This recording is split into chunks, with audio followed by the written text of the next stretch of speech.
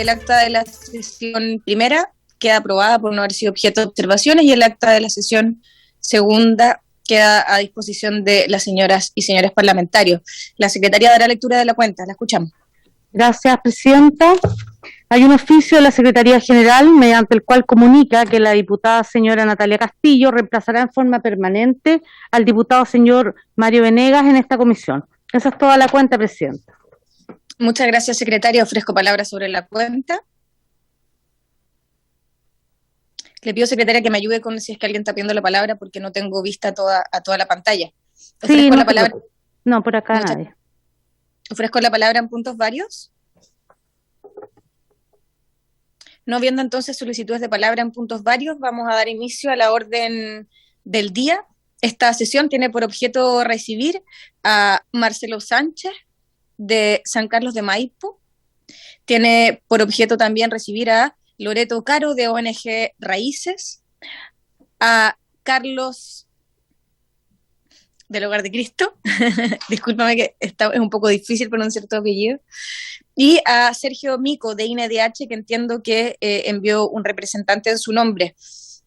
Les propongo que vayamos desde lo general a lo específico y que empecemos, por tanto, escuchando a Marcelo Sánchez. Marcelo, ¿nos acompaña? Dale la voz. Espéreme un poquito, Marcelo.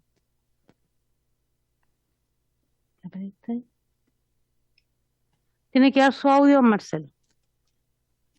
Ahí. Perfecto. ¿Se escucha? Se escucha perfecto, Marcelo. Muchas gracias por acompañarnos hoy día. Te doy la palabra, idealmente por no más de 20 minutos, de ser posible, para que alcancemos a escuchar a todos nuestros invitados. Entiendo que va a hacer una presentación sobre observatorio y una propuesta de prevención. Exactamente, presidenta. Muchas gracias. Muy bien. Si me habilitan para poder compartir, o no sé si la presentación la tienen allá. No, lo habilitamos al tiro. Perfecto.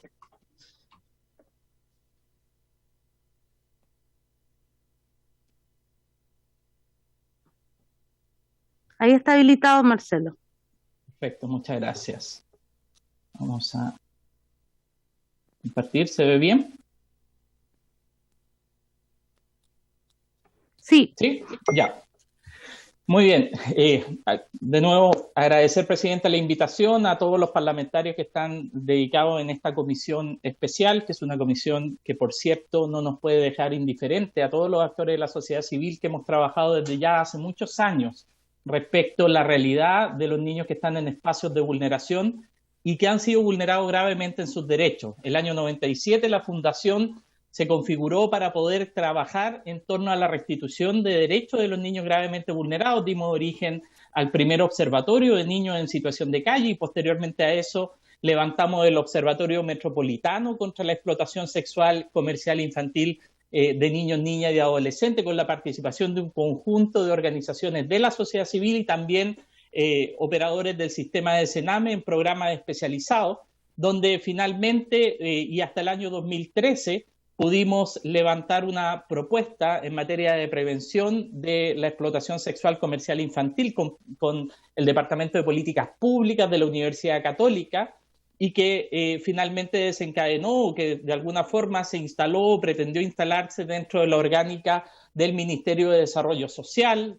Hubo también otro espacio en el Consejo de la Infancia y posteriormente en todos los organismos que fueron creándose a partir del desarrollo de los proyectos de ley de la Subsecretaría de Infancia, la Defensoría, etcétera, y toda la institucionalidad más nueva en materia de infancia. De ahí en adelante, por supuesto, que está enmarcado dentro de los distintos marcos para la acción que ha tenido el Estado de Chile respecto a esta situación específica de la explotación sexual comercial infantil. Nosotros desde el año 2015 dimos un giro importante al detectar una brecha profunda en materia de prevención social frente a la detección temprana y oportuna de estas graves vulneraciones de derechos que tienen trazadores que se pueden observar desde la prevención y que, sin embargo, vamos a ver en el curso de esta presentación, han estado más bien ausentes de la política pública y con actores que no están capacitados para hacer la derivación oportuna y preventiva que corresponde. Desde el año 2015 nosotros instalamos un modelo territorial que se llama Comunidades que se Cuidan, que es un modelo de la Universidad de Washington que tiene más de 4 décadas de funcionamiento, con estudios, con evidencia, con impacto, y que aborda la prevención de 6 conductas problemáticas, muchas de las cuales también son expresión y están a la base de este delito, de esta situación tan grave como es la explotación sexual comercial infantil, y que activa a la comunidad, que activa a las organizaciones locales del territorio en el modelo preventivo que se busca precisamente instalar en déficit de lo que hoy día la oferta pública tiene. El año 2018, y entendiendo que la realidad de muchos de los niños que entraban tanto en el sistema de protección como aquellos que no entraban a un programa especializado, radicaba en la imposibilidad de poder detectarlo oportunamente porque muchos de ellos habían salido de ese sistema de protección.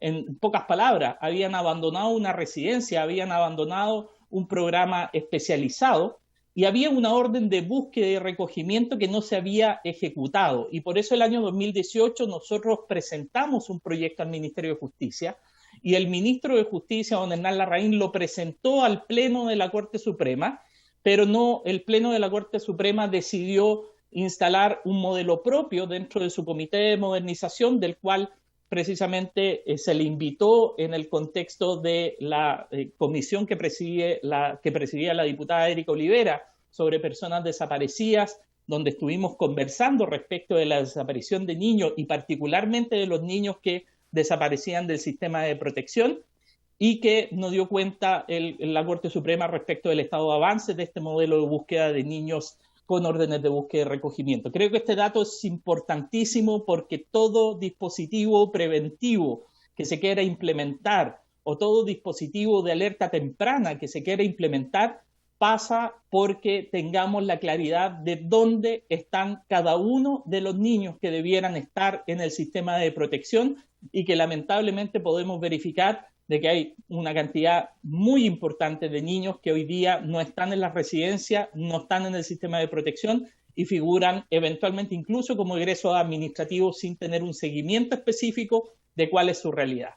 Desde el año 2019 y 2020 hemos venido participando en la discusión del proyecto de ley del Servicio de Protección Especializada y del Sistema de Protección Integral. Nosotros como fundación propusimos dentro del Sistema de Protección Integral la instalación en las oficinas locales, organismos que están regulados por el Sistema de Protección Integral, con potestad administrativa, situación que no ha quedado cubierta en el Sistema de Protección Integral, para que pudieran instalar dispositivos preventivos en base a modelos que permitieran articular a la oferta y a las redes de infancia en el territorio local, que es fundamental y que es parte también de la propuesta que nosotros hicimos años antes junto con políticas públicas de la Católica de poder instalar estos dispositivos preventivos. Solamente para quienes siguen la audiencia, ustedes como diputados lo saben, el decreto ley 557 del Ministerio de Justicia establece qué es lo que es la explotación sexual comercial infantil y la define como una violación de los derechos humanos cuando una persona o un grupo de personas involucran a un niño, niña o adolescente en actividades sexuales para la satisfacción de intereses, deseos de otras personas o incluso de sí mismo a cambio de una remuneración económica u otro tipo de beneficio o regalía. ¿Por qué es importante esta definición? Porque establece la idea de la transacción y una transacción no necesariamente pecuniaria. Muchas veces esa transacción pasa por el lado de los afectos, pasa por el lado de los cuidados, pasa por el lado que genera esta confusión, esta invisibilización y esta radicar en la víctima supuesta voluntad de poder ejercer esta explotación sexual y por eso y quiero hacer el paréntesis porque muchas veces se habla de prostitución infantil, lo que es un término absolutamente equivocado y que no pone el énfasis en esta grave y seria explotación que la OIT ha definido como la peor de todas las formas de explotación, entre comillas, laboral, y ha planteado la necesidad de erradicación y el compromiso de los estados por erradicar las peores formas de explotación laboral y en este caso la explotación sexual comercial infantil. Si nosotros entráramos a definir respecto de cuáles son los protocolos y cómo se entiende la explotación sexual infantil en nuestro país, básicamente hay 4 consensos importantes: relaciones sexuales a cambio de dinero, regalo u otro, incluido el tema afectivo, la utilización de niños, niñas y jóvenes en pornografía, que lo hemos visto como durante el tiempo, con la aparición de las redes sociales y los sistemas virtuales, evidentemente este es un tipo de delito que va creciendo en el tiempo. La explotación de niños, niñas, jóvenes en turismo, tema no menor para nuestro país, un país que tiene vocación de turismo receptivo y que requiere, por lo tanto, en la industria una responsabilidad importante en los mecanismos de prevención. No solamente esta industria del turismo, también la industria de las faenas mineras, la industria de la construcción, lo que hemos visto en las empresas de transporte, donde finalmente también se requiere protocolos e implementaciones dentro de la industria, que significa capacitación, seguimiento, monitoreo, etcétera. Y por supuesto que también está la trata de personas con fines de explotación sexual comercial de manera directa, y que eventualmente con los fenómenos migratorios de los últimos años podemos estar en un panóptico en el cual es invisible para el Estado el poder ver cómo va aumentando, conforme aumenta la trata, cómo va aumentando también la utilización en niños dentro de este delito. La explotación sexual infantil se caracteriza por tratar de pasar invisibilizada y naturalizada, ¿ah? Y la comunidad muchas veces aporta en eso, porque le da responsabilidad a niños y adolescentes que dice, bueno, ellos ya tienen un criterio formado, pueden tomar sus propias decisiones que no son tal, que no está la voluntad de los niños presente en ellos. El proxeneta aparece como una persona cercana, preocupada de la salud de los niños, preocupada de darle afecto, y los explotadores se van confundiendo en esta lógica.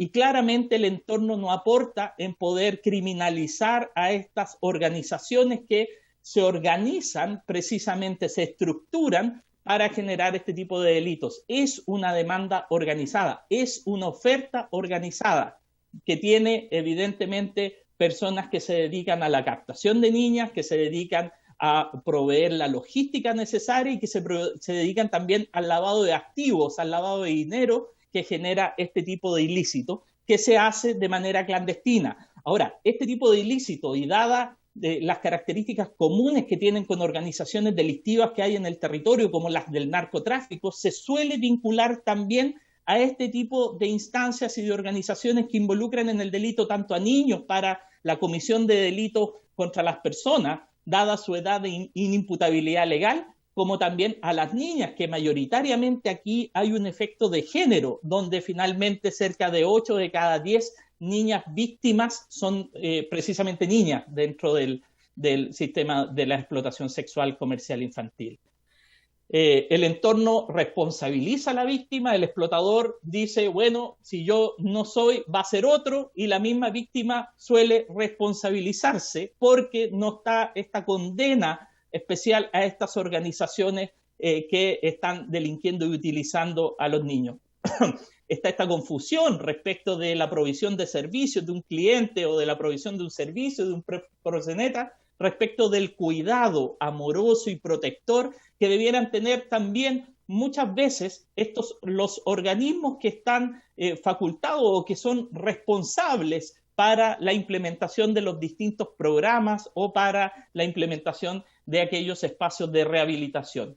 Los espacios protectores se confunden entonces muchas veces con espacios de negligencia que permiten o que avalan este tipo de acciones finalmente. Bueno, estos 4 puntos se dan también dentro de nuestra realidad. El Observatorio de Explotación Sexual Comercial Infantil se desarrolló a partir del año 2010, después de 2 años de experiencia en mesas técnicas de trabajo. Convocamos a distintas organizaciones de la sociedad civil. Aquí hay algunos de los que nos acompañaron en su momento, como por ejemplo ONG Raíces, que ha hecho un trabajo profundo durante todos estos años de cercanía y de frontera con las personas en explotación sexual comercial infantil. Pero también estuvieron participando organismos colaboradores de Sename que tenían programas especializados. ¿Y por qué era importante todo esto? Primero, para frenar el ingreso de nuevos niños, niñas y jóvenes dentro de las redes de explotación sexual infantil en la región. Segundo, para promover el aumento en la calidad de la atención de los niños y niñas víctimas de la explotación sexual.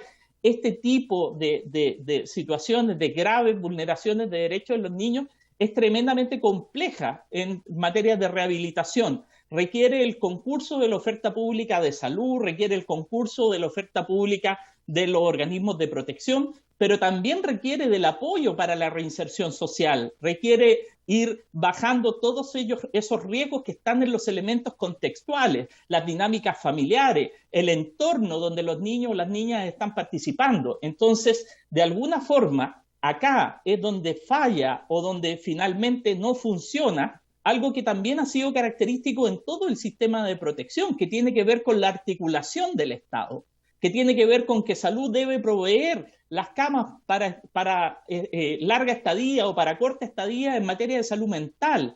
Requiere también tratamiento físico, aparte de todos los otros elementos que están asociados a los factores de riesgo que están a la base del inicio de estas trayectorias hacia la explotación sexual comercial infantil. Por eso era importante conocer la oferta, medirla, evaluarla, ver cómo podíamos llegar antes y dejar de llegar tarde, donde finalmente era mucho más difícil los procesos rehabilitatorios. De la información que levantamos en el observatorio, descubrimos básicamente que el promedio de edad en que se iniciaban en explotación sexual comercial infantil era del orden de los 13 años de edad, que 8 de cada 10 eran niñas, que 78% había participado en otros programas de la oferta del servicio de protección, que un 30% había pasado por las oficinas de protección de derechos, que más de la mitad eran consumidores de alcohol y otras drogas. Y cuando hablamos de los espacios de detección, solo 4 de cada 10 niños eran derivados por Sename. El 12% eran derivados por las escuelas y liceos, y un número más o menos similar por las familias. Dentro del Sename, donde más se detectó fue en programas especializados. Entonces, hay un predictor previo de la explotación sexual que tiene que ver con la vulneración de derechos graves. Por lo tanto, es razonable pensar que en el conjunto del sistema de protección puede existir un elemento que monitoree de manera mucho más estrecha la posibilidad que aparezcan estas situaciones de explotación sexual comercial. El 60%, 6 de cada 10, estaba asistiendo a escuelas o liceos. Es un mito que la explotación sexual solamente ocurre fuera de este ámbito donde no hay espacios protectores, como podría ser la escuela. Y fíjense en la cifra anterior, solo un 12% de las detecciones venían derivados de la escuela. Aquí hay un tema fundamental, la incapacidad de detectar de manera temprana, de derivar de manera temprana para interrumpir estas trayectorias que van cronificando el abuso sexual y posteriormente la explotación sexual. Solo como antecedente general, los antecedentes familiares, altos niveles de abandono, altos niveles de negligencia parental, de maltrato psicológico, pero en el 56% de los casos, un antecedente importantísimo es el abuso sexual. Piensen lo importante que sería contar, por ejemplo, con un GES de abuso sexual que permitiera poner un dique, una detección oportuna al abuso sexual para evitar la cronificación hacia trayectorias que terminen en la explotación sexual. Solo el 25%, 1 de cada 4, ingresa a un programa especializado habiendo interrumpido las dinámicas de explotación. Factores de riesgo contextuales, en un barrio donde está operando la delincuencia, el narcotráfico, la exclusión social, donde los servicios no llegan finalmente. Variables familiares, donde pueden haber antecedentes, consumo de alcohol, droga, negligencia, violencia, etc. Variables donde hay vulneraciones de derechos. De alguna forma, lo que fuimos viendo a partir del observatorio que era necesario un sistema de alerta temprana, enfocado en la prevención primaria, es decir, llegar antes. Ese año, por el año 2011, el Sename había atendido 1.168 niños víctimas de explotación sexual.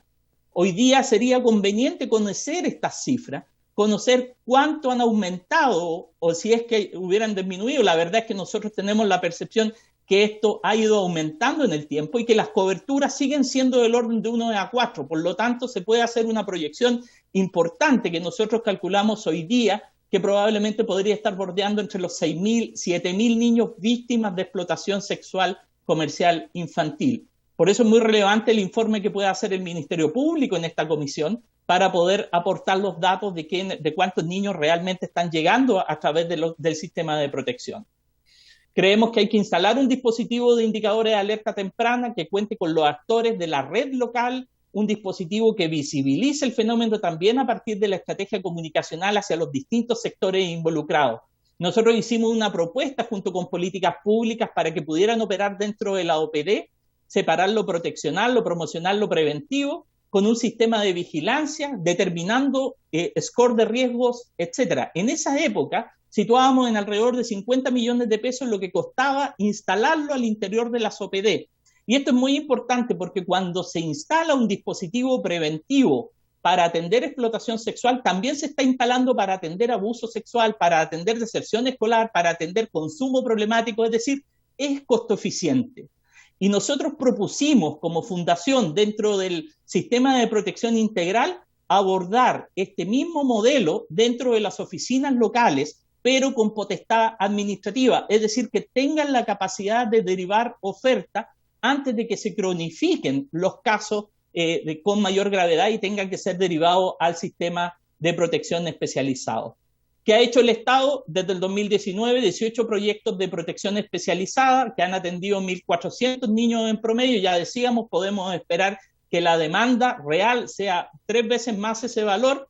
La mayoría son de 14 a 17 años. Se han desarrollado marcos de acción para la ESNA. El primer marco fue en el año 99, el segundo del 2012 al 2014, el tercero del 2017 al 2019, todos liderados por el Ministerio de Justicia y Derechos Humanos. Se señalaron que como acciones se habían elaborado informes cuantitativos, cualitativos sobre niños víctimas y egresados.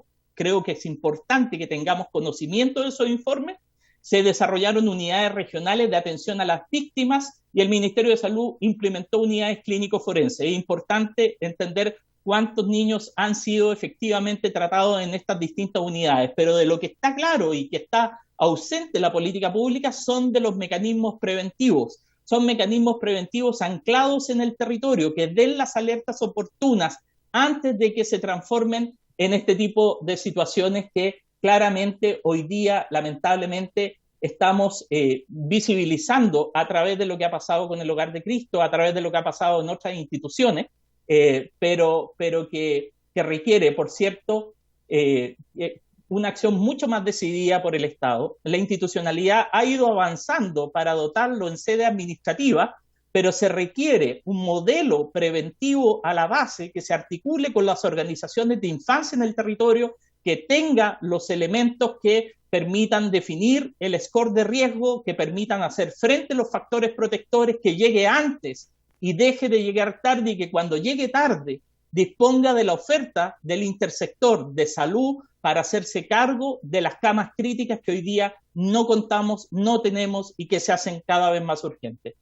Esa es nuestra presentación, Presidenta. Le agradezco mucho el espacio y espero que haya sido introductorio del tema.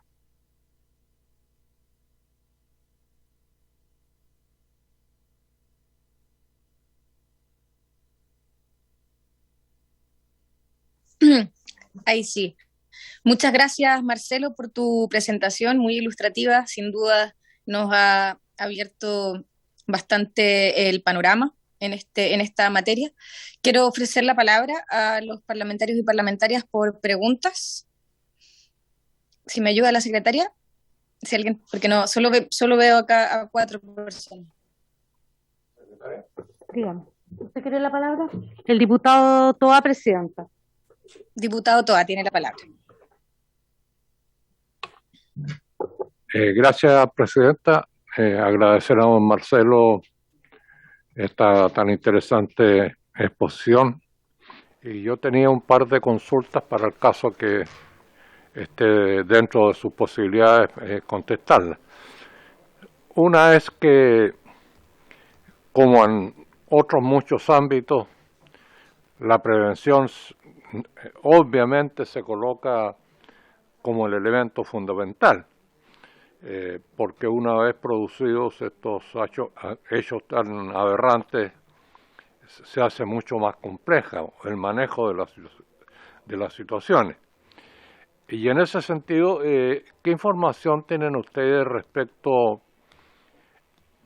primero, a los procesos de selección del personal que trabaja sobre todo en los centros de acogida, cualquiera que sea su naturaleza? Y en segundo lugar, de estos casos denunciados al Sename de explotación, de más de 1.000 casos, si se manejan estadísticas respecto a qué porcentaje de esos casos hubo un proceso de recuperación exitosa. Eso, Presidenta, gracias. Muchas gracias, diputado Toá. Diputado Olivera.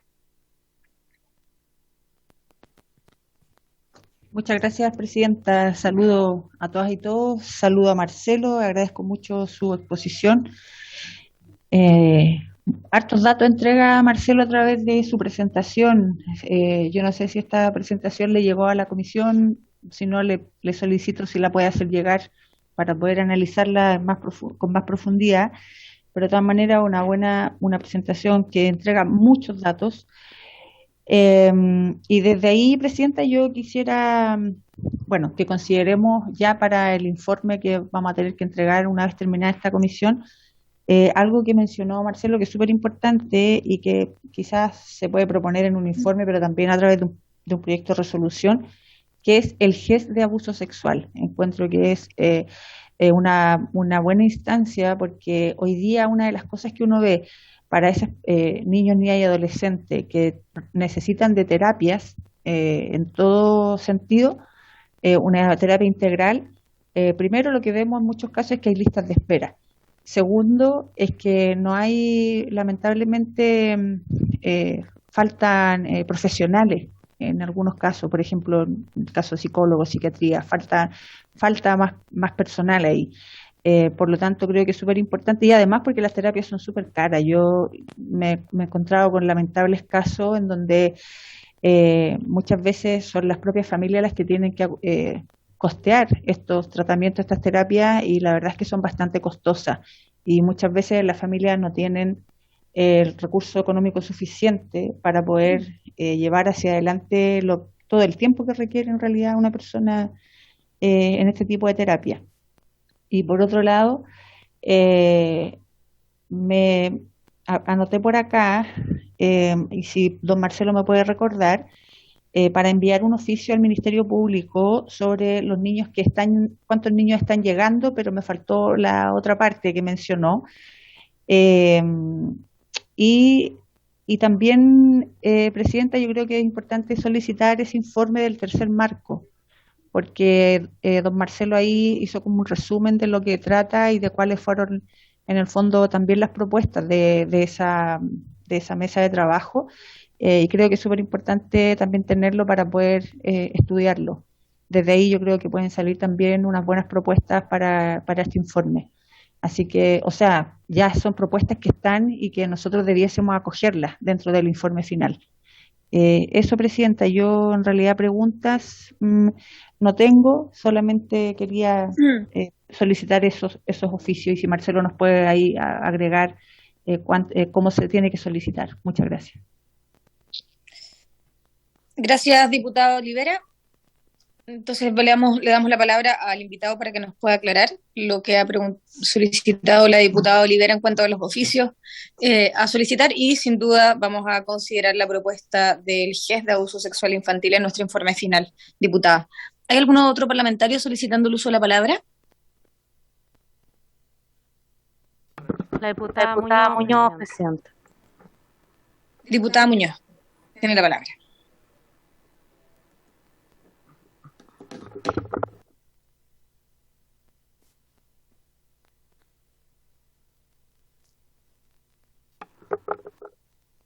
Ahí sí, gracias, Presidenta. Sí, bueno, agradecer a nuestros invitados, saludo también a todos los presentes.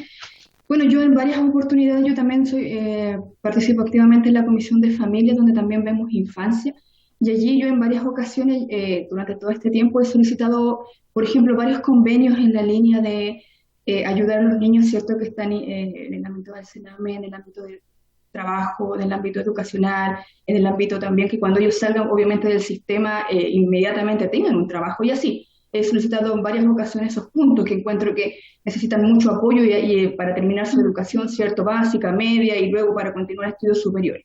Yo he solicitado, como les decía, en innumerables ocasiones convenios porque siento que ahí también es un tema muy relevante que se debe seguir profundizando. Pero también me llamó la atención en su presentación donde don Marcelo nos daba a conocer un punto también que creo yo que también me gustaría escuchar mayores detalles en el ámbito de qué sugiere usted para el manejo de las redes sociales, porque ahí vemos también mucho grooming, mucho acoso, entonces también yo creo que es un tema también que me han consultado mucho en el ámbito, por ejemplo, de los sistemas de las redes sociales, cómo se puede obtener una mayor seguridad, ¿cierto?, para nuestros niños, para nuestros adolescentes, ya que también está aumentando mucho las estadísticas en relación al acoso, ¿cierto?, y el grooming que ahí se ve. Entonces ahí usted lo tocó y quería también saber si tiene algunas propuestas para ir avanzando hacia allá también. Eso y muchas gracias. Muchas gracias a usted, diputada. ¿Algún otro parlamentario está solicitando el uso de la palabra? No, presidenta. Yo quisiera hacer una pregunta a Marcelo. Quisiera preguntar si la propuesta del sistema preventivo es aplicable o no es aplicable a las residencias de mejor niñez. Eso quisiera saber y quisiera aprovechar de solicitar un oficio al Ministerio de Justicia con el documento con la evaluación del tercer marco de prevención de explotación sexual comercial de niños, niñas y adolescentes y el informe de financiamiento de cuarto marco. ¿Me dan esto para solicitar ese documento? Se toma el acuerdo entonces si no hay oposiciones. Ahora sí, Marcelo, si nos puedes contestar las dudas, por favor, tiene la palabra. Voy a tratar de hacer uso de mi frágil memoria de cada una de las preguntas que me han hecho, pero al diputado Toá, efectivamente hoy día hay evaluaciones generales de programas, evaluaciones que se refieren básicamente a programas especializados, pero no en lo específico de explotación sexual comercial infantil. Si uno analiza las evaluaciones que se disponen, que básicamente son del Ministerio de Desarrollo Social y de la IPRES, hay problemas serios de focalización, hay problemas serios de los componentes, hay problemas serios de cómo concurre el intersector a este tipo de programas. Y si uno analiza consecutivamente durante varios años, estos problemas detectados en el diseño y en la implementación de los programas han sido de carácter permanente. Por lo tanto, yo creo que ahí hay un desafío importante de tener una evaluación precisa de la temática específica de explotación sexual comercial infantil y cómo poder establecer también los perfiles que están asociados a la ejecución de los distintos procesos que tienen estos programas, desde la detección temprana hasta la derivación responsable con instrumentos que estén validados clínicamente a nivel internacional, de los cuales hoy día existen, pero que se requieren implementar dentro de la política pública de tal manera que simplemente no tengamos un rol pasivo en la recepción de casos, sino que vayamos anticipando, dada la complejidad que tienen, cómo poder ir generando una oferta de derivación mucho más responsable. Yo creo que se puede requerir antecedentes al Ministerio de Desarrollo Social respecto de la evaluación específica de estos programas y respecto de los déficits en los componentes, principalmente respecto de las capacitaciones y entrenamiento, que fue algo que se detectó en el tercer y cuarto marco, de que era necesario fortalecer las competencias de las personas que están en la línea de prevención o en la línea de prevención o reparación temprana cuando sucede alguno de estos casos.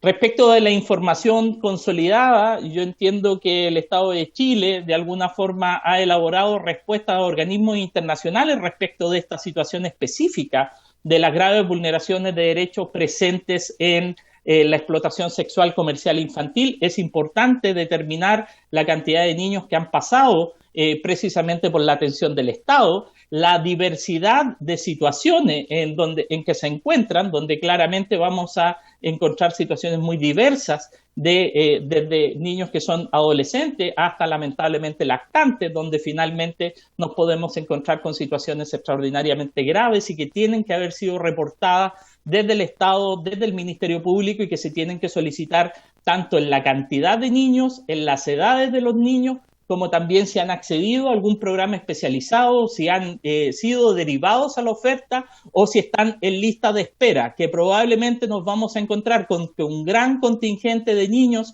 hoy día no está pudiendo acceder a elementos básicos como es la atención en salud física y mental.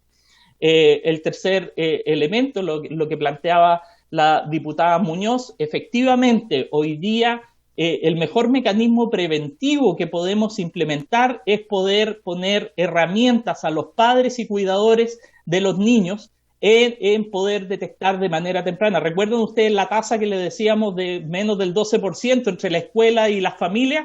Bueno, esa tasa tiene que aumentar, y tiene que aumentar con programas que fortalezcan las capacidades parentales para la detección oportuna. El 53% de los niños tenía relación cotidiana con sus padres.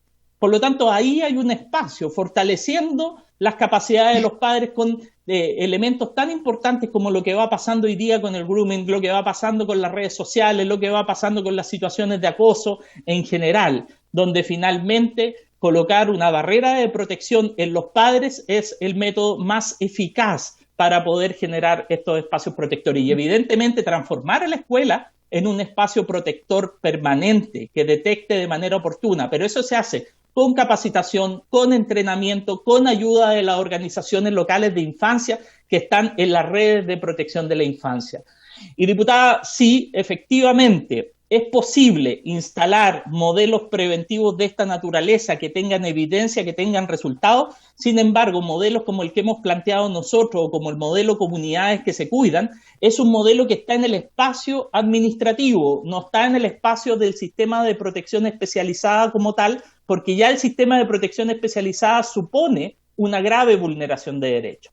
Por lo tanto, lo importante es que esté en el espacio preventivo, que permita que esto no se cronifique y se transforme en una grave vulneración de derechos. Es tan importante que podemos llevar este modelo preventivo dentro de las oficinas locales, dotarlas de un modelo que permita articular en los territorios a las organizaciones de infancia con una observación clara dirigida a los factores de riesgo.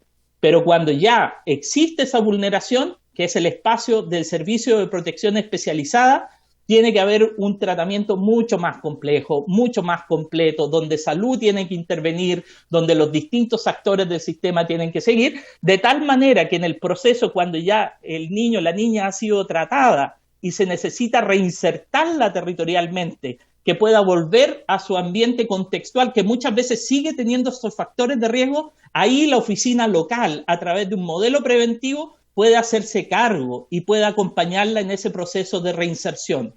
Poder entender, tal como decía el diputado Toá, cuántos niñas, niños son atendidos por el sistema en programas de buena calidad, pero además son acompañados en los procesos de reinserción, es fundamental, porque si no, volvemos al mismo contexto vulnerador, donde hay factores de riesgo y nuevamente volvemos a tener las situaciones de conducta sin espacios de protección.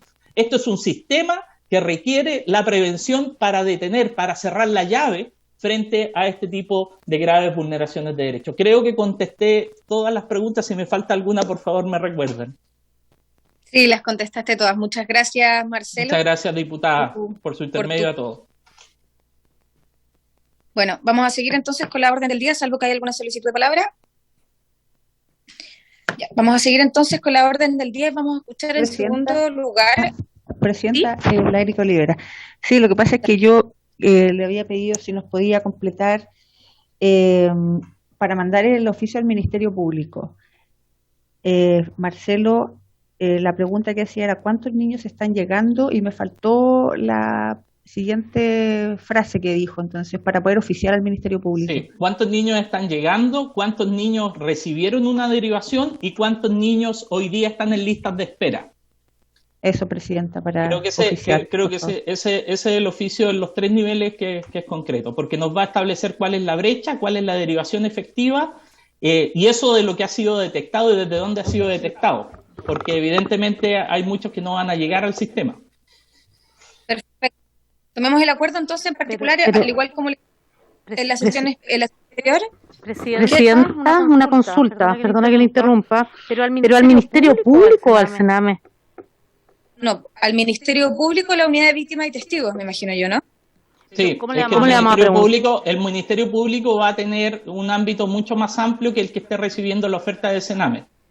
Sin embargo, efectivamente los que están llegando ahí o los casos que van a estar llegando ahí son casos que pueden no tener oferta, pueden ser casos que no hayan llegado a la oferta de Sename y que hayan sido vulneraciones que están llegando ahí. Ahora, también puede proceder un oficio a Sename porque finalmente Sename debería estar derivando a Ministerio Público en conjunto las causas que estén llegando a su oferta. La semana pasada tomamos un acuerdo sobre un oficio de las características para Sename, si no me equivoco, secretaria. Sí, Presidenta, sí fue. Pero dígame. ¿Quién había que hacer al Ministerio Público con esa información a la Unidad de Víctimas y Testigos? Sí, yo voy a tratar de afinar el oficio. Perfecto. Perfecto, gracias. Tomamos el acuerdo entonces. Ahora sí, Marcelo, te agradezco por Muchas gracias. Espero que nos puedas seguir acompañando en el transcurso de esta comisión. Cuente con para ello, que- presente. Muchas gracias. Le voy a dar entonces ahora sí la palabra en segundo lugar a Loreto Caro, de ONG Raíces. Loreto, ¿nos acompañas?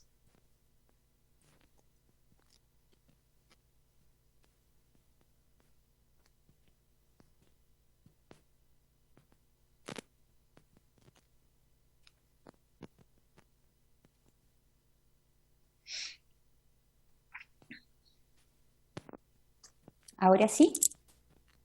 Ahora sí, Loreto. Ahora sí. Sí. Eh, Hola.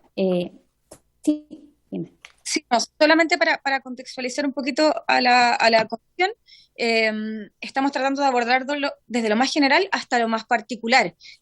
La presentación del observatorio nos hizo nos dio un panorama del problema en términos generales, y ahora Loreto de ONG Raíces nos va a hablar de los programas y del abordaje que han tenido desde la ONG con víctimas de explotación sexual comercial de niños, niñas y adolescentes. Loreto, tienes la palabra por 20 minutos idealmente. Perfecto, gracias, Presidenta. Bueno, ONG Raíces se inicia en la década de los 90, a principios de la década de los 90, y a través de un trabajo comunitario que mantenía en sectores populares, es que se detecta la explotación sexual principalmente en un trabajo que se realizaba con madres adolescentes en el sector norte de Santiago. Es así como en el trabajo con estas madres adolescentes se visualizan ciertos indicadores de que algunos de sus hijos o que estas chicas estaban en dinámicas relacionadas con la explotación sexual. Hasta ese momento, conocida como prostitución infantil, y ya como el señor Sánchez mencionó, es una forma obviamente errónea de llamar a esta dinámica.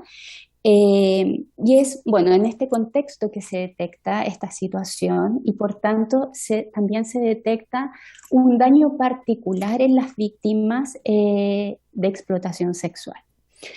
Esta información es recogida, es sistematizada y presentada al Estado de Chile, y es en el año 2001 donde Sename entrega el proyecto piloto de explotación sexual a ONG Raíces.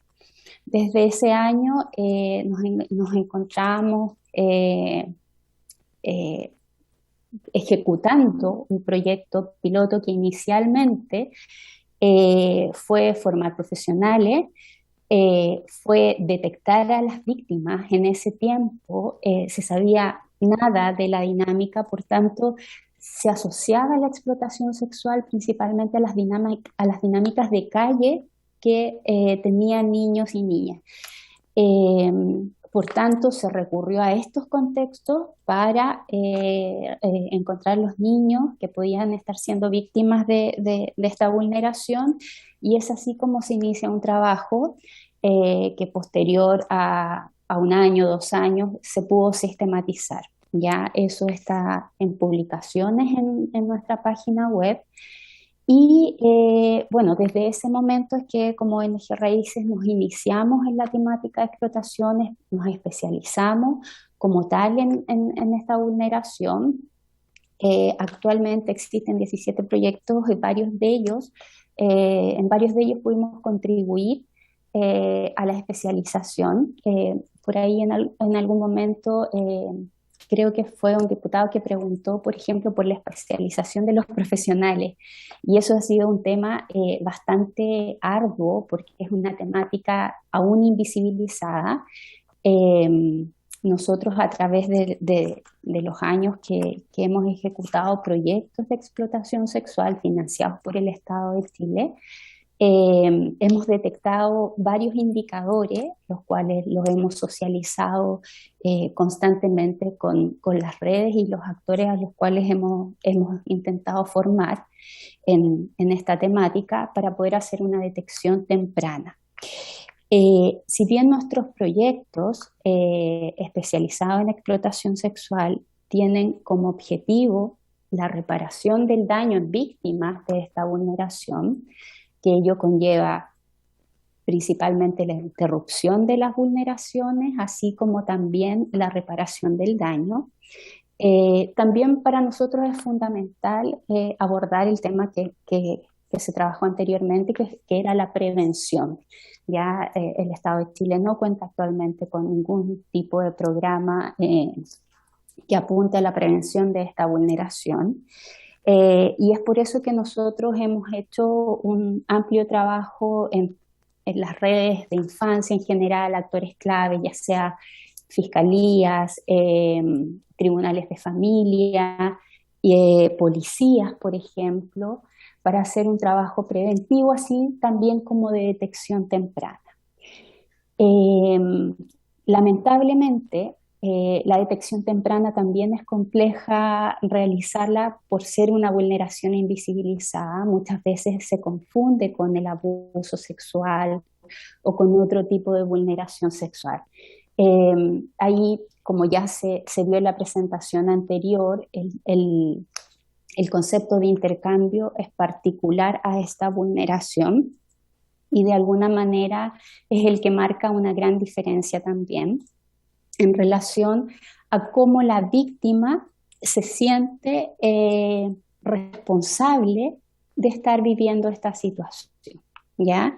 Y esa es parte del proceso que nosotros hacemos dentro de la reparación del daño, de que los niños, niñas y adolescentes que llegan a nuestros proyectos, derivados ya sea por la red de protección o por tribunales de familia o por fiscalía, puedan iniciar este proceso reconociendo la explotación sexual como una vulneración, ya como una vulneración más en su vida, y que son distintas las situaciones que lo llevaron o la llevaron a llegar a este tipo de vulneración.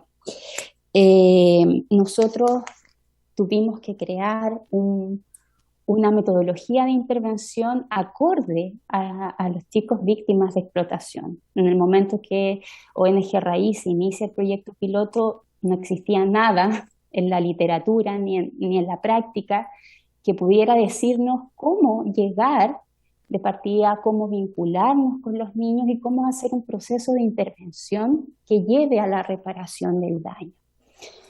Es así como tuvimos que generar una experiencia con un equipo de profesionales multidisciplinarios que apuntara a conocer cuáles eran los distintos perfiles, características de los niños, que nos llevó también a determinar con el transcurso del tiempo cuáles eran las distintas dinámicas que podían estar insertos los niños y las niñas,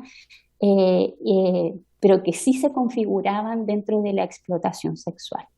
Ya es así como también se expuso anteriormente, existen distintas manifestaciones de la explotación sexual, pero la más recurrente tenía que ver con el intercambio de dinero, regalos, otros, incluso protección.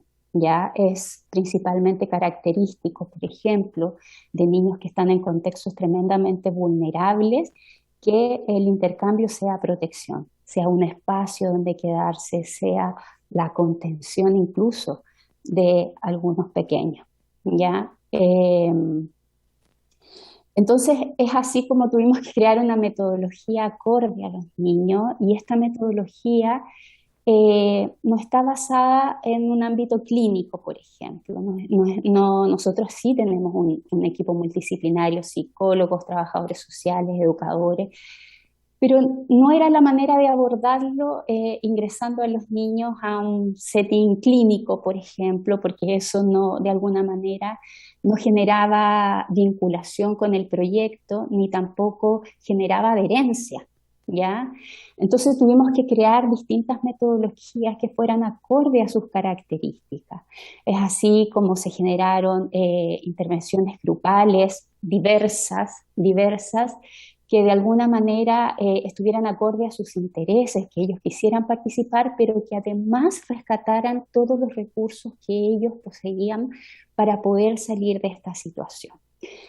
A ello se agrega, como también se mencionó en la presentación anterior, una cantidad de vulneraciones previas a la explotación muy importantes y contextos tremendamente vulnerables.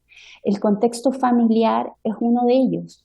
Nosotros también pudimos detectar que la explotación sexual es transgeneracional en la mayoría de los casos.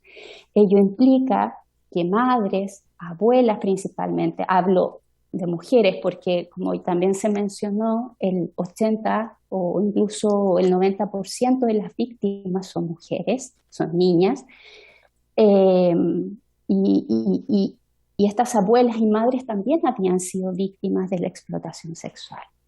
En ningún caso ellas se cuestionaron esta vulneración, muchas veces se naturaliza al interior de las familias, y nosotros pudimos hacer un trabajo, crear un trabajo directamente con abuelas, con madres, cuidadoras, que también habían vivido la explotación sexual y que de alguna manera pudieron resignificar también estas vulneraciones, poniéndole también un nombre a esta vulneración y sintiendo que había sido una vulneración. Entonces, esta metodología que hemos implementado es en el ámbito socioeducativo, ya principalmente enfocada a tener recursos, a conseguir rescatar estos recursos que poseen los niños y las familias. Para nosotros son familias con mucho daño, en ningún caso familias negligentes que no van a desplegar recursos, siempre apostando a que ellas sí tienen cierto tipo de recursos y que de alguna manera van a poder ponerlos a disposición de un proceso reparatorio. Cabe destacar que los niños víctimas de explotación generalmente también están ligados, pueden estar ligados a redes de explotación que incluso involucran a parte de su familia. Eso es parte de la historia de la vulneración, que son situaciones que también se denuncian, que también se trabajan con los niños, ¿ya? Comentarles que nosotros, dentro de lo que hemos apostado también como equipo multidisciplinario, es al trabajo directo con niños, niñas y al trabajo con familias. Ya también existe todo un trabajo desplegado con las redes de protección, principalmente para dar a conocer la temática y dar a conocer cuáles son las características de los niños que han sido víctimas de esta vulneración. Eso es lo que podría aportarles No sé si estoy bien con el tiempo.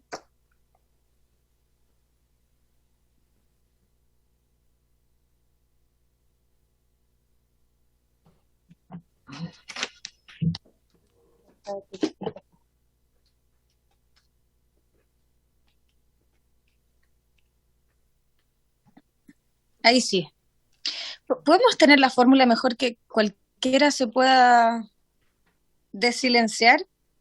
Se hace un poco complejo, encuentro. Así. Quiero, Presidenta, está bien.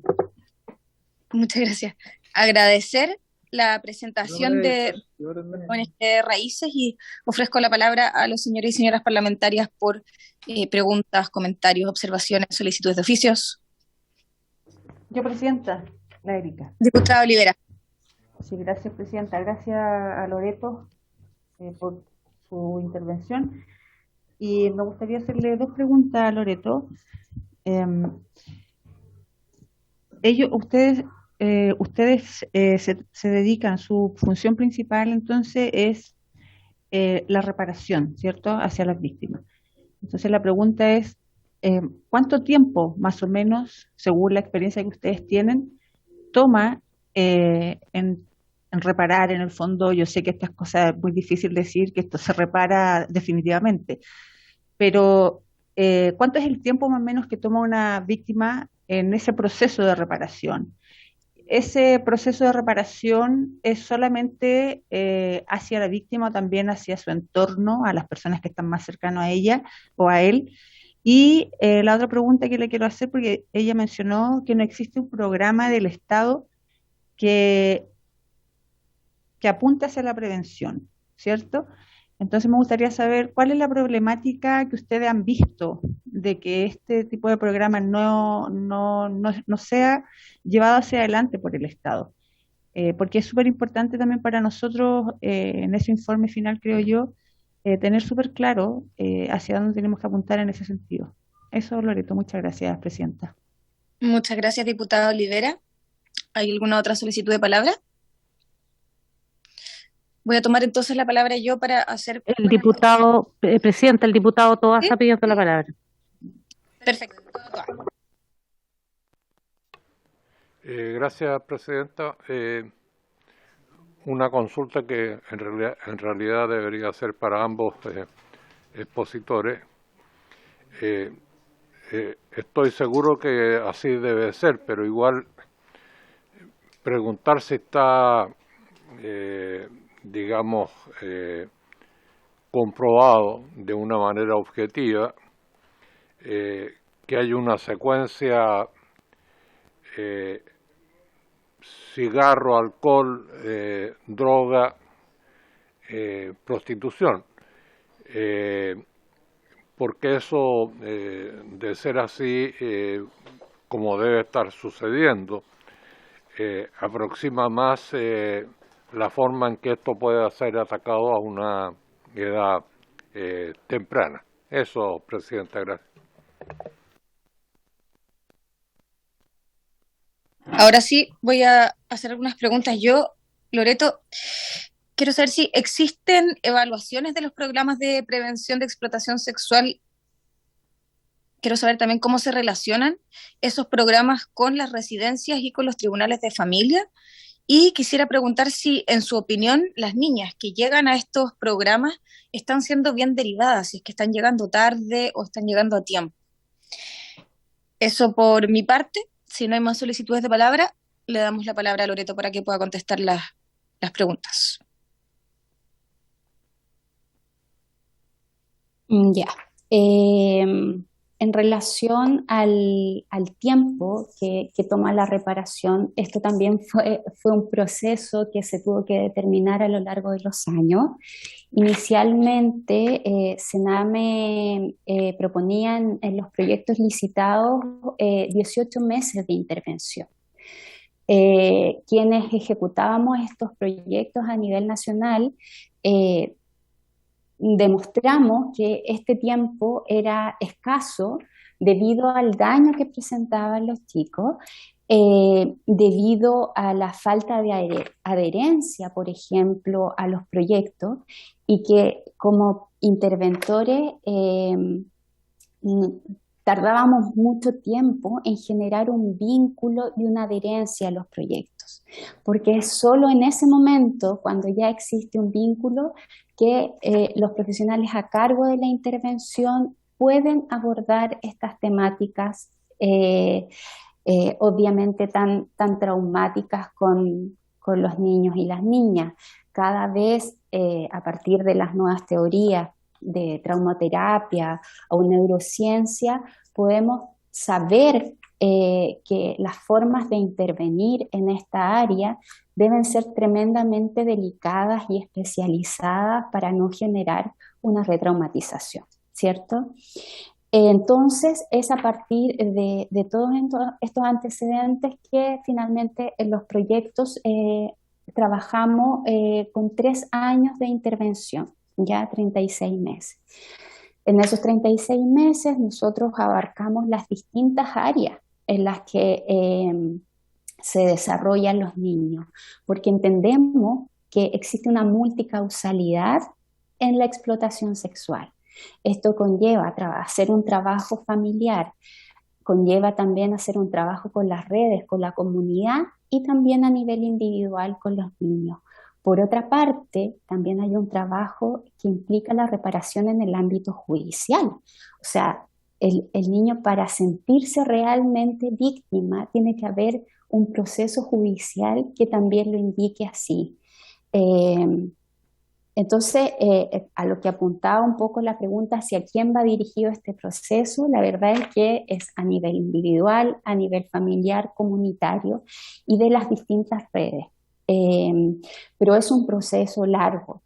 A esto también hay que acotar que muchas veces estos 3 años aún así no son suficientes para abordar todo lo que quisiéramos trabajar con los niños, porque muchas veces ellos están también en otras situaciones en paralelo, también de vulneraciones, por ejemplo el consumo de drogas.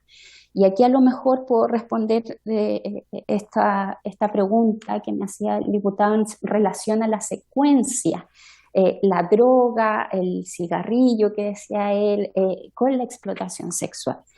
Aquí nos enfrentamos a 2 escenarios posibles, que muchas veces el consumo de droga es el que lleva al niño o la niña a vivir explotación sexual, producto de la dependencia de algún tipo de droga y la necesidad de conseguirla. Ya esto, por supuesto que en sus contextos el conseguir droga está ahí en la cotidianidad. Ellos están en un contacto permanente con traficantes, con microtraficantes, por tanto la posibilidad de conseguirlo está en lo cotidiano, ¿ya? Y puede que desde ahí se vean involucrados en situaciones de explotación. Por otro lado, los niños víctimas de explotación sexual también tienen una necesidad de disociarse de estas experiencias traumáticas y eso se logra a través del consumo de sustancias. Por tanto, no podríamos decir qué es lo primero o qué cosa lleva a la otra. Son estas 2 situaciones que pueden generar o el consumo o la explotación sexual. Yo quería mencionar también que debido a que dentro de los proyectos de explotación sexual y el tiempo con el que contamos para hacer un proceso de intervención y de reparación, muchas veces no se logran abordar todos los aspectos, por ejemplo, en relación a los proyectos de vida, a la autonomía, la vida independiente de los chicos que ya están pronto, por ejemplo, a cumplir los 18 años. Y es por eso que desde ONG Raíces se postuló un proyecto del Alto Comisionado de las Naciones Unidas que actualmente se está ejecutando, que trabaja con jóvenes egresados de nuestros proyectos de explotación sexual y que están enfocados principalmente a abordar esa vida independiente que no fue posible realizarla a través del proceso reparatorio. ¿Ya? Ello conlleva formaciones, capacitaciones, empleabilidad, mejorar condiciones habitacionales, y eso ha sido necesario porque el proceso reparatorio no ha podido abordarlo por el tiempo que conlleva. No todos los chicos pueden estar 3 años, y ahí hay una falencia también del sistema, de las redes. Muchos niños nos llegan a los 17 años y han sido víctimas de explotación desde pequeños, 13, 12 años. Entonces, finalmente el tiempo que nosotros tenemos para intervenir con ellos es muy escaso. Desde ahí que nos fijamos ciertos objetivos, pero quedan muchos otros que no pueden ser ejecutados. Creo que, no sé si se me olvida alguna pregunta de las que me hicieron, les podría ir preguntar si hay alguna que no se respondió. Yo te había preguntado si crees que las niñas que llegan a los programas están siendo bien derivadas, si están llegando derivadas a tiempo. Ya, bueno, ahí era un poco lo que les comentaba de las derivaciones tardías. Muchas veces las niñas y los niños pasan por todo el sistema proteccional, ya todos los proyectos desde prevención focalizada, desde los programas de intervención especializada, programas de maltrato grave, y finalmente se detecta la explotación y son derivados a nosotros. Creemos que ahí hay mucho por hacer para efectivamente ver indicadores claros de explotación sexual y no abordar otras temáticas que muchas veces no son la central en la vida de los niños, y en estas ocasiones la explotación sexual queda invisibilizada muchas veces y tardíamente llegan los niños y las niñas. Cuando una niña llega a los proyectos de explotación, en su mayoría, diría que casi el 100% llega bien derivado, por decirlo así. Han sido muy pocos los casos en que han llegado sin la vulneración. Nosotros hacemos obviamente el diagnóstico, pero han sido muy pocos los casos donde se ha determinado que no son víctimas de explotación y posteriormente son derivados. Pero la mayoría, casi el 100%, sí han vivido la explotación, y sí lo podemos así determinar luego de un proceso diagnóstico. Perfecto. Muchas gracias, Loreto. Yo quisiera solicitar un informe a Sename o a Mejor Niñez. Quisiera pedir el informe de evaluación del programa de explotación sexual, la cobertura, el presupuesto, los egresos y los resultados que han tenido. Si lo tienen a bien, tomamos el acuerdo. Yo, secretaria, después le voy a enviar, terminando la comisión, una lista con los oficios que he solicitado yo al menos. Gracias, presidente. Ya, entonces, bueno, agradecemos, Loreto, por su presentación, por el trabajo que hace la ONG también, y esperamos que también nos pueda seguir acompañando. Y voy a presentar ahora a el director técnico de El Hogar de Cristo, a Carlos Boringer, creo que se pronuncia, para que nos pueda exponer, si es que está con nosotros, la situación de las residencias que fueron capturadas por redes de explotación sexual comercial de niños, niñas y adolescentes, en particular en Viña del Mar y en Arica. Carlos, ¿nos escuchas? Lo escucho. ¿Me escuchan bien? Sí, se le escucha bien, Carlos. Hasta que ojalá nos pudiese exponer. Tiene la palabra. Bien, muchas gracias. Bueno, saludar a la presidenta de esta comisión y a las y los honorables diputados, miembros de esta comisión investigadora, ¿no? Agradecer también la invitación que nos han hecho y, por supuesto, celebrar la creación de esta comisión que va a indagar en un tema que es tan invisible como ya nos ha mostrado la Fundación San Carlos de Maipo y ONG de Raíces. La verdad es que es vital ver cómo avanzamos justamente como país en ir poniendo estos temas que son de alto impacto para los niños, pero tan poco puestos en la vitrina pública, ¿no? Fíjense que hace justo 20 años, todos nosotros nos impactamos cuando un grupo de niñas que habían sido secuestradas, violadas y asesinadas por un hombre de alto hospicio, lo que dictó la justicia era que actuaba solo, con investigaciones policiales de por medio, no lograron finalmente determinar lo que había sucedido con estas adolescentes, pese a las enormes denuncias de sus familiares, ¿no? Y siempre la respuesta ahí fue que se habían ido de sus casas para ejercer la prostitución a países fronterizos. Sabemos que eso no fue cierto y estamos hablando finalmente de nuestros propios prejuicios y estigmatización en este tema, ¿no? Hace algunos meses también la jueza Mónica Geldres denunció ante la Comisión Interamericana de Derechos Humanos la situación que están siendo víctimas niñas hoy día, de explotación sexual en el sistema residencial de Sename y Mejor Niñez, ¿no? Y también vimos hace poquitas semanas atrás el informe del programa Informe Especial que dio cuenta de redes de explotación sexual al interior de residencias del sistema de protección, particularmente hablaba del Hogar de Cristo.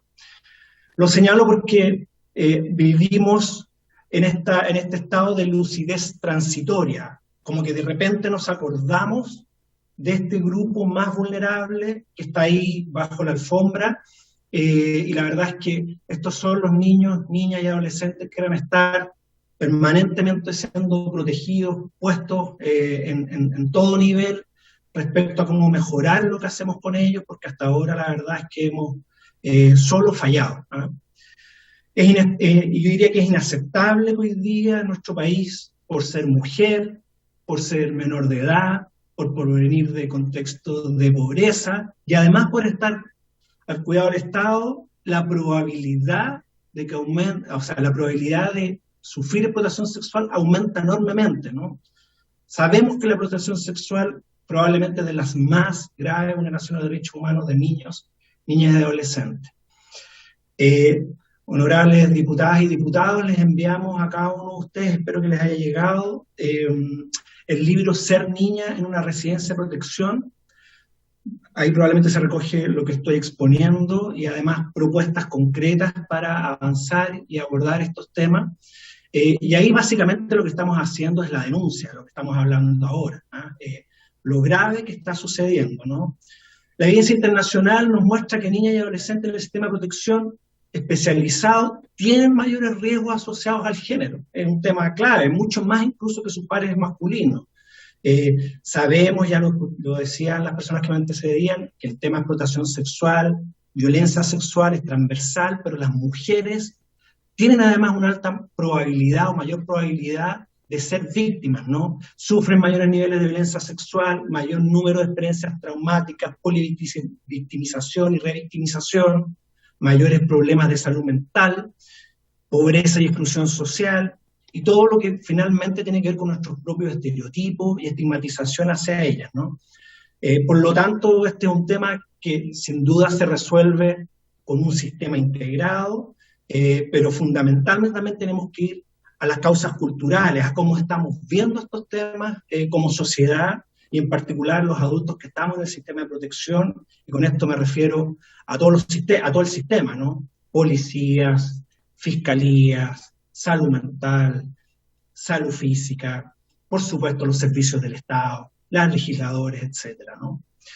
Bueno, para hacer un marco de contexto a propósito de lo que hemos vivido como Hogar de Cristo, el año 2015-2016, a propósito de la enorme insatisfacción que en ese momento teníamos con los servicios que estábamos prestando en las residencias de protección propias del Hogar de Cristo, comenzamos un estudio preguntándole a los y las adolescentes que están en la residencia, a sus familias, a los trabajadores, para ver efectivamente qué podíamos hacer distinto. La verdad es que no estábamos previniendo, no estábamos acompañándolo de buena manera, y bueno, y ahí levantamos un proceso que pusiera el foco fundamentalmente en generar evidencia. Hasta ese momento los programas que se ejecutaban en Chile no estaban basados en evidencia, en finalmente qué es lo que resulta, de qué manera se puede hacer mejor. El año 2016 publicamos un libro que está disponible en el sitio web, Del Dicho al Derecho, Estándares para Residencia de Protección, y un poco después, en conjunto con el apoyo de varias fundaciones y con la evaluación de la Universidad Católica, pudimos implementar un programa piloto de residencias de protección para adolescentes con necesidades múltiples y complejas en la ciudad de Santiago y en la ciudad de Viña del Mar, ¿no? La residencia de la ciudad de Viña del Mar, que se llama Anita Cruchaga, ya aproximadamente en el mes de julio comenzó a recibir, pese a que partió en abril, o sea, al corto andar, información de parte del equipo, los funcionarios, sobre salidas no autorizadas de las adolescentes atendidas, y en la medida en que fuimos avanzando, bueno, nos dimos cuenta que estaban saliendo con adultos ajenos al programa, regresando a altas horas de la madrugada. Por supuesto, todo esto se coordina rápidamente con Carabineros, con el Sename regional, varias de ellas, como ya comentaban las personas que me precedían, con evidente consumo de alcohol y eventualmente otras sustancias, con regalos, con suma de dinero a las cuales no tenían acceso en la residencia, con vestimenta que no podían justificar, ¿no? Esos fueron los primeros antecedentes que empezaron a mostrarnos que ahí estaba pasando algo serio. Por supuesto, pusimos esto en conocimiento de Carabineros, de Chile, del Sename, de la Policía de Investigaciones, de los respectivos tribunales de familia, y al corto andar, bueno, pusimos una querella con 8 personas que pudimos identificar, con riesgo incluso del equipo, a propósito de poder ir a acompañar a estas jóvenes que estaban fuera, y veíamos efectivamente lo que estaba pasando, tratando efectivamente de protegerlas, pero no contábamos con todas las herramientas en ese momento para poder hacerlo, porque la verdad es que una residencia es una parte del sistema de protección y requiere efectivamente, como ya lo hemos conversado acá, que funcione un sistema completo, que se articule de buena manera, que sea rápido, eficaz, protectivo, ¿no? Bueno, eso en ese momento, y lamentablemente hasta el día de hoy eso no sucede, ¿no? Bueno, pusimos la querella en conjunto el 28 de noviembre del 2018, en conjunto con la Dirección Regional del Sename de Valparaíso. Bueno, ¿y qué es lo que observamos en todo ese periodo con mucha frustración, con mucho espanto?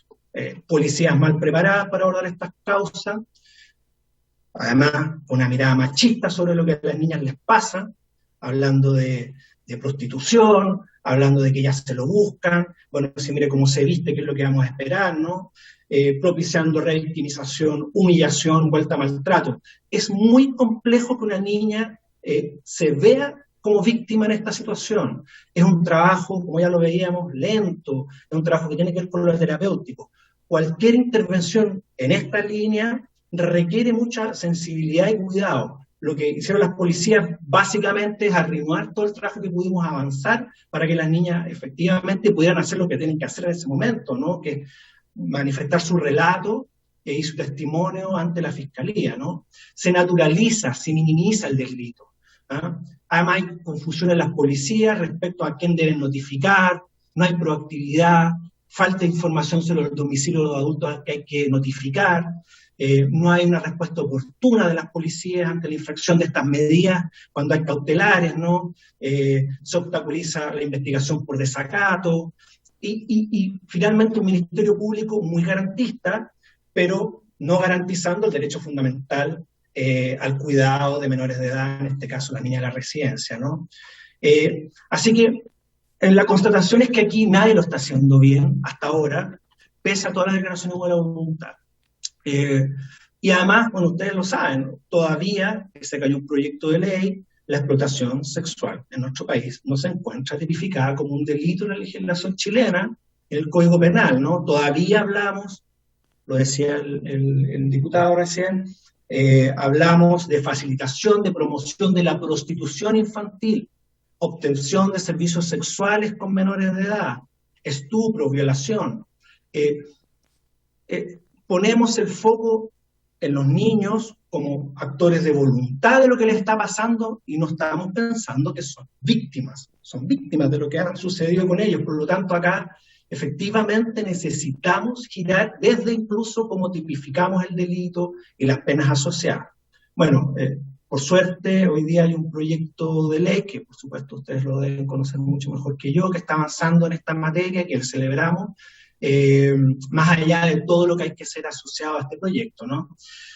En el febrero de 2019 se agrupan las causas, la fiscal de Viña del Mar, Vivian Quiñones, y en agosto de 2019 se reagrupan las causas por el fiscal de Valparaíso, Álvaro Mancilla, ¿no?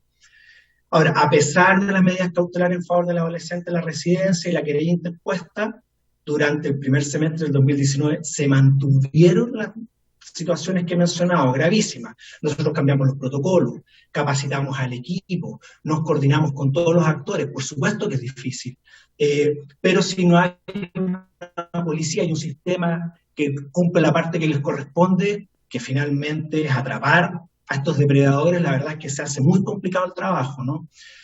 Lamentablemente, el 10 de octubre del 2019 la residencia sufre un incendio, creemos, eso todavía es materia de investigación, fíjense, 2021, probablemente asociado a estos temas, asociado a la red de explotación sexual. Tuvimos que cerrar el programa, no teníamos cómo sostener, por supuesto, acompañando a esas jóvenes, derivándolas de buena manera, haciendo incluso un seguimiento.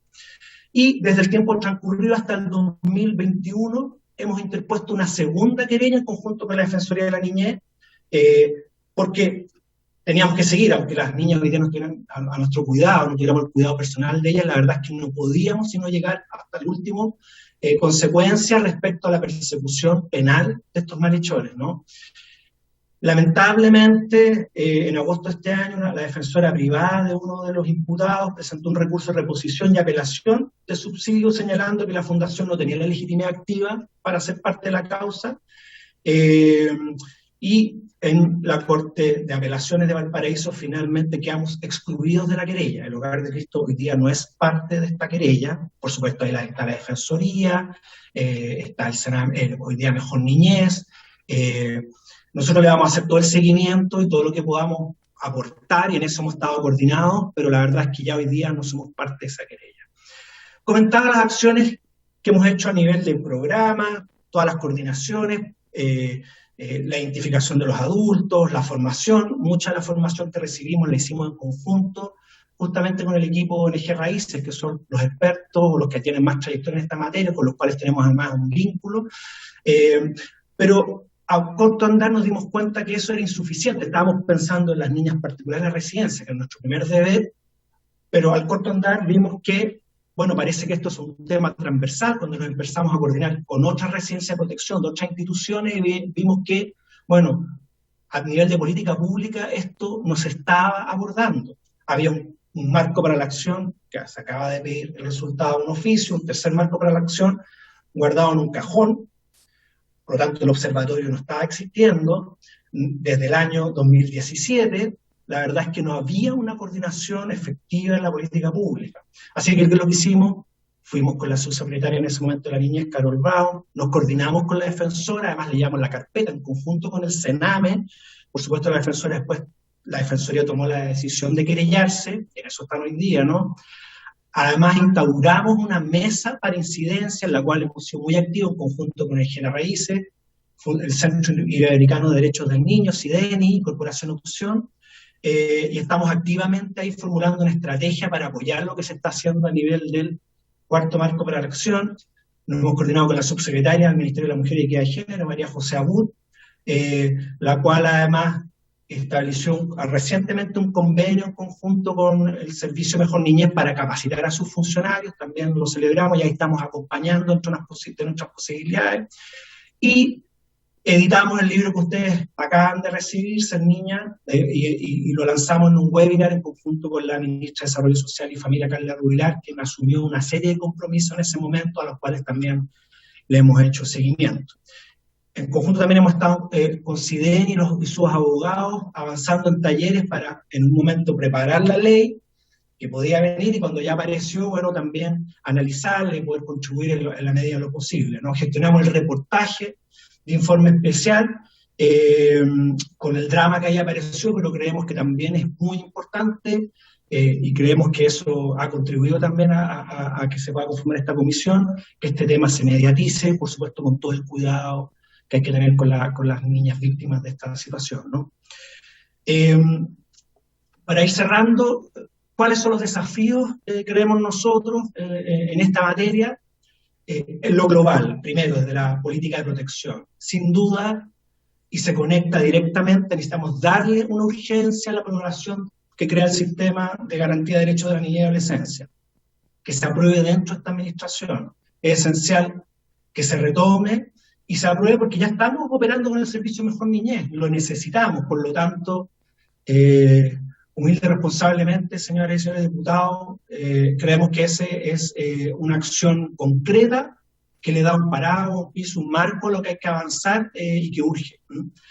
Segundo, ya lo comentábamos, el cambio de la legislación sobre violencia sexual en niñez, una regulación orgánica efectiva, acorde a instrumentos internacionales de derechos humanos, con prácticas específicas para poder perseguir estos delitos y también para poder reparar la vulneración en niñas, niños y adolescentes. Tercero, ya lo decía Marcelo Sánchez, generación de ofertas en distintos servicios especializados en salud mental, pero ojo, aquí lo relevante es el enfoque de género. El enfoque de género está declarado en todas las orientaciones técnicas de Senami hoy día en Mejor Niñez. La verdad es que no conozco ningún documento técnico que no hable del enfoque de género. Lo desafiante es cómo eso se operativiza en el día a día en el trabajo que se hace en las residencias. Ese es un desafío. El texto que ustedes recibieron trata de avanzar un poquito más justamente en esa línea, ¿no? Y por supuesto también en el ámbito global establecer un sistema de protección a la víctima, ¿no? Que la persecución a las redes de explotación no vaya en perjuicio de las propias víctimas. Cómo generamos un sistema que las proteja, que sea ágil de manera efectiva, ¿no? A nivel del sistema de protección más especializada, ya hablando de lo que hacemos en conjunto todos los organismos con Mejor Niñez, obviamente programas como los que ejecuta ONG Raíces, programas residenciales ambulatorios, con buenos estándares en reparación, directrices y protocolos actualizados en todas las residencias para prevenir, detectar y reparar experiencias de abuso sexual y sobre todo de explotación sexual. También ya lo escuchamos, un sistema de formación integral que entregue una sola plataforma. Hoy día está todo desagregado, es complejo, y además nos demoramos mucho en actualizar finalmente el historial proteccional, las causas de ingreso, egreso, los oficios, los peritajes, está todo en mundos distintos y la verdad es que eso no puede seguir así, atenta contra los derechos fundamentales de los niños. Y por último, los desafíos de la residencia de protección, evidentemente tenemos que seguir trabajando en eliminar los estereotipos, los prejuicios, la discriminación y estigmatización que tenemos todavía relacionados al género, ¿no? En todos los equipos. Acá hay un trabajo que hay que hacer de formación muy importante y creemos que ahí hay que avanzar, ¿no? Obviamente prevención y detección al interior, centro de víctimas, incorporar, esto tiene que ver con la pregunta también que hacía el diputado respecto a esta secuencia, ¿no? Acá hay que incorporar el concepto del enfoque informado en trauma, ¿no? Equipos que puedan reconocer finalmente qué ha sucedido con estas niñas que hoy día están expuestas y muy vulnerables a esta situación tan compleja. Y la respuesta la tiene ya la evidencia, y es que estas niñas han sido víctimas de traumas complejos en su vida y que por lo tanto están mucho más vulnerables a estos depredadores, a estas personas. No es que haya una secuencia, quiero clarificar, la evidencia eso ya lo desechó, no es que pasamos de una droga a otra y después terminamos finalmente siendo explotadas, hay una asociación, hay una relación, ¿no? Por supuesto también incorporar el tema del consentimiento sexual, comprender que no hay consentimiento válido en el caso de niñas y adolescentes. Frases como no dijo que no es que había tomado, había consumido mucha droga, lo iba pidiendo por la ropa que llevaba, finalmente no pueden ser vueltas a escuchar en ninguna parte, ¿no? Poniendo finalmente la carga en las víctimas y exculpando a los agresores. Por supuesto, rendición de cuentas a los agresores, participando de las víctimas del proceso judicial y asegurando que la carga de búsqueda de justicia no recaiga sobre ellas o ellos, los niños o adolescentes, sino que sobre el Estado, el Ministerio Público. Por supuesto, atención de salud integral, resguardando una acogida, una primera respuesta, una exploración clínica, todo lo que ya escuchamos. Formación especializada y por último, para cerrar, muchas de estas niñas hoy día en el sistema egresan de la residencia de protección y al día siguiente están en la calle. No estamos mirando el proyecto de los niños, niñas y adolescentes que están al cuidado del Estado como una trayectoria. Necesitamos apoyarlos en su transición a la vida adulta y tenemos una oportunidad.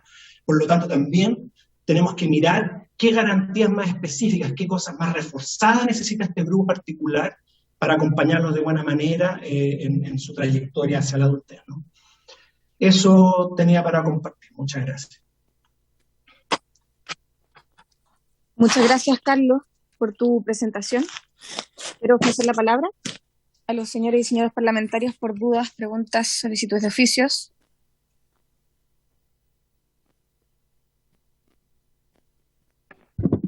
Por acá no hay nadie, Presidenta, pidiendo la palabra.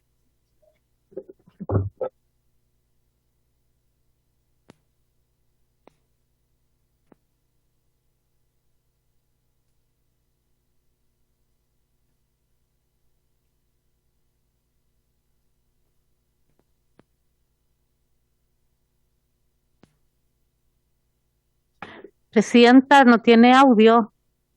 Pucha, qué fome, estoy hablando sola. Y ahora sí. No se escuchó nada de lo que dije entonces, ¿no? Ya. Nada, Presidenta. Bueno, Carlos, agradecer tu presentación. Tenía algunas preguntas anotadas de antemano, sin embargo fue súper completa tu presentación, pudiste contestar varias dudas de las que tenía. Me quedo con una duda nomás, que quiero saber cuál es la situación actual de las niñas que fueron vulneradas en sus derechos, que fueron parte de redes de explotación sexual infantil en este momento. En particular en las de Viña y Arica, como hacía referencia. ¿Y cuál es la situación actual de esas residencias también? No solamente de las niñas, sino que de las residencias. Entiendo que la de Viña, debido al incendio, no ha podido volver a funcionar. Me gustaría saber qué pasa con Arica. Y por último, quisiera preguntar si, Carlos, tú recomiendas la aplicación de su modelo residencial. Eso. Gracias por su pregunta, diputada. Bueno, primero decir que ninguna de esas niñas hoy día, estoy hablando de el hogar Anita Cruchaga en Viña del Mar, está hoy día con nosotros. No tenemos el cuidado personal de esas niñas, pero nuestro modelo implementa un seguimiento, ¿no? O sea, nosotros no nos hemos desentendido de muchas de ellas, ya egresaron del sistema. Cumplieron la mayoría de edad, estamos hablando del año 2019, cuando muchas de ellas tenían 15 y 16 años. Las menos están hoy día en algunas residencias con las cuales seguimos manteniendo obviamente un vínculo. Y sabemos que algunas de ellas hoy día, por eso comentaba lo que decía al final, estuvieron en algún momento incluso en situación de calle, siguieron vinculadas a redes de explotación sexual, y no vinculada a ningún programa específico de la red, lamentablemente. Sin embargo, las niñas de la residencia Arica, que ahí, a diferencia de Anita Cruchaga, que ahí fue una red completa que prácticamente depredó a muchas de las niñas, acá hemos tenido una sola niña con la cual hemos estado trabajando y la verdad es que nos ha ido bastante bien. Pero ya lo decía Loreto, esto es un trabajo lento, que hay que hacer de una manera muy, muy específica, requiere un soporte importante, así que en eso hemos estado. Lamentablemente nosotros no vamos a volver a instalar la residencia en Viña del Mar, no tenemos los recursos. Hoy día levantar un dispositivo residencial desde cero, la verdad es que es muy oneroso. Y ahí quizás lo quiero conectar con la última pregunta del modelo. Nosotros, y si la comisión lo tiene a bien, también podemos enviar los resultados de la evaluación del modelo técnico que hizo la Universidad Católica, están disponibles.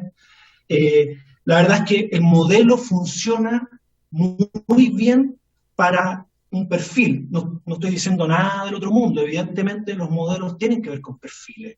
El perfil joven, adolescente, masculino, anduvo muy bien y anda muy bien con ese modelo.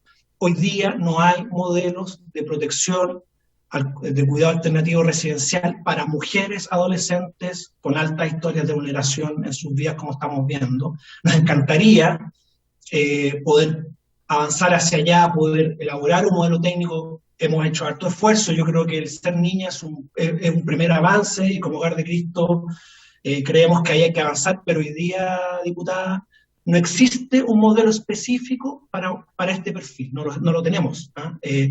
No estoy diciendo ya después las redes de reparación, de abordaje terapéutico, estoy hablando más bien de las residencias familiares, de las OCAs hoy día en colaboración con Mejor Niñez, o las de administración directa de Mejor Niñez. Yo creo que ahí hay un desafío pendiente, diputada. Muchas gracias, Carlos. Ofrezco la palabra. ¿Nada? Perfecto, entonces agradecemos a Carlos del Hogar de Cristo por su presentación y lamentablemente no nos va a dar el tiempo para escuchar a el INDH, quedan solo 15 minutos, tenemos sesión a las 4 y no vamos a alcanzar a escuchar la presentación y hacer las preguntas, entonces les propongo que queden invitados para la próxima sesión. Si lo tiene bien la Secretaría. Sí, presidente, estoy tomando nota.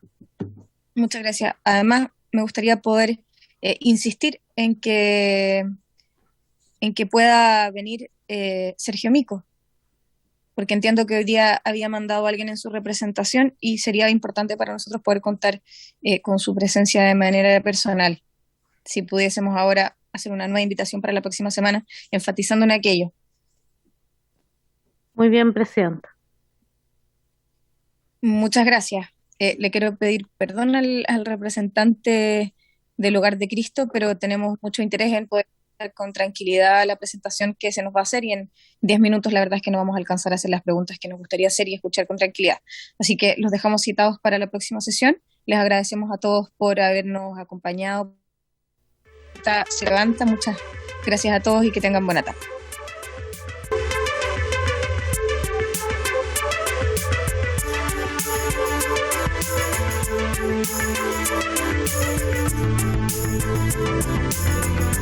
Thank you.